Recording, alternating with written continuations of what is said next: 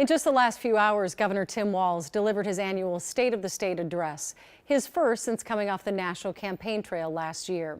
The governor touting his hopes for the state budget this year and talking about the massive fraud uncovered in our state involving taxpayer money.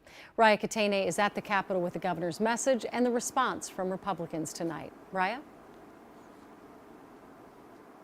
Well, Julie, the governor addressed a politically divided legislature tonight, and as expected, he did touch on both state and national issues. Both DFL and Republican lawmakers both acknowledged this wasn't really your typical State of the State address because of how much the governor focused on what's happening out of Washington and specifically President Trump's policies. But on a state level, the governor did emphasize the need for lawmakers on both sides of the aisle to work together and show the rest of the country how bipartisan leadership should work. That is something Republican lawmakers applauded as well, and that's especially important as we inch closer to the end of the legislative session, with legislators now focused primarily on passing a budget before the deadline, which is really less than a month away now. And by far the biggest round of applause that we heard from almost everyone in the chamber tonight came when the governor addressed fraud, saying that the state is doing more to prevent, investigate, and punish those who are committing fraud.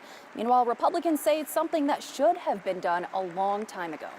We've made strides in catching the bad actors, stopping their schemes. We've sent a lot of crooks to prison, but we can do more. Minnesota should have a zero-tolerance policy when it comes to misuse of taxpayer dollars and theft. For 6 years under his leadership, fraud has gone unaccounted for. There's been no accountability whatsoever within his agencies. And to know that he is finally taking that serious, I have to think that is because of Republicans pushing.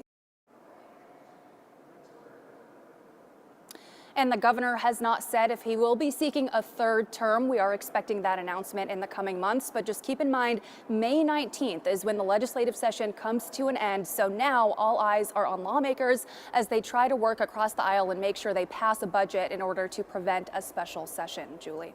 Yeah, a lot of hard decisions coming down the road for sure. Thank you, Raya.